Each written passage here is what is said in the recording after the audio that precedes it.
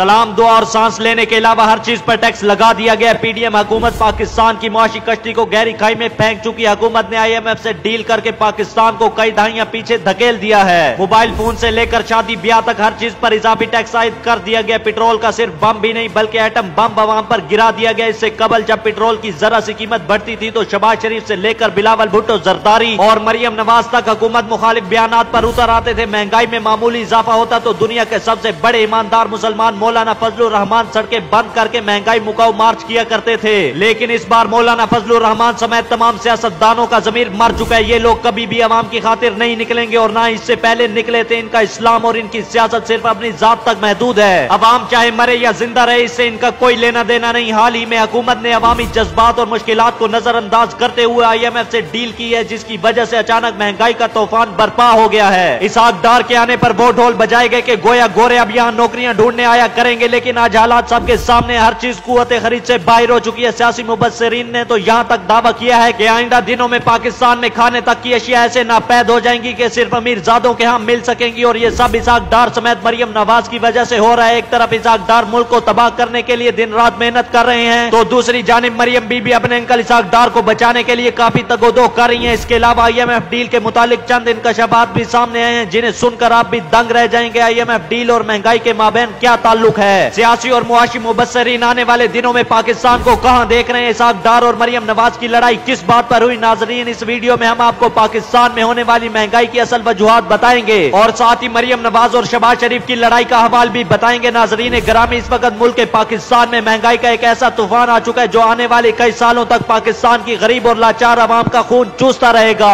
महंगाई के इस तूफान के अलावा अगले 2 से 3 माह में महंगाई का ये जिन मजीद बेकाबू हो जाएगा। इसहाक डार ने पहले महंगाई से तंग लोगों को मनी बजट का सरप्राइज दिया और फिर रात की तारीकी में बगैर किसी शर्म के अवाम पर पेट्रोल बम गिरा दिया। इस वक्त हालात काफी कशीदा हो चुके हैं और ये सब कुछ IMF की डील की वजह से हो रहा है, जिसके लिए पीडीएम हुकूमत पिछले कई दिनों से IMF के पांव पकड़ रही थी और अवाम को इस धोखे में रख रही थी कि IMF डील की बदौलत पाकिस्तान की मईशत को एक बड़ा सहारा मिलेगा। लेकिन अवाम ये समझने से कासिर है कि ये सहारा मईशत को नहीं बल्कि करप्ट तरीन अनासिर की दौलत को मिलना था। ये सहारा सिर्फ शरीफ खानदान की दौलत को मिलना था। ये सहारा सिर्फ और सिर्फ जरदारी एंड कंपनी को मिलना था। इस सहारे का अवाम और अवामी रिलीफ से कोई ताल्लुक न था और न है। ये बात अब रोजे रोशन की तरह अया हो चुकी है कि इस हुकूमत का अवामी रिलीफ से कोई सरोकार नहीं। अगर होता तो आज अवाम यूं हर चीज पर इजाफी टैक्स ना दे रहे होते। हुकूमत ने IMF के साथ मिलकर अवाम को बेच डाला। पाकिस्तानी अवाम जो चीज भी खरीदेगी इसमें IMF का बाकायदा हिस्सा होगा। अफसोसनाक बात यह है कि IMF जब यह हिस्सा लेगा तो इसकी वजह से कर्ज में भी कमी नहीं आएगी और ना ही डील मुतासिर होगी। ये दरअसल IMF का मुनाफा होगा जो मुसलसल जारी रहेगा। नाजरीन ग्रामी, IMF डील का मतलब यह है कि हमने पाकिस्तान की आजादी और खुद मुख्तारी को गैर मुल्की इदारों को बेच दिया है। ये वो इदारे हैं जो हमें कर्ज दिया करते थे। अब से पाकिस्तान में सारे फैसले IMF जैसे इदारे ही करेंगे। IMF जब चाहेगा पाकिस्तान को चीजों के रेट बढ़ाने का हुक्म देगा और हमारी लाचार हुकूमत इनका हुक्म बजा लाएगी। IMF जब चाहेगा पेट्रोल और डीजल की कीमतों में इजाफा हो जाएगा। IMF जब चाहेगा बिजली की कीमत दुगनी हो जाएगी। इसका सादा लफ्जों में मतलब यह है कि हुकूमत की डोरे अब शहर इक्तदार से नहीं बल्कि बैरून मुल्क में बैठे ये इदारे हिलाएंगे।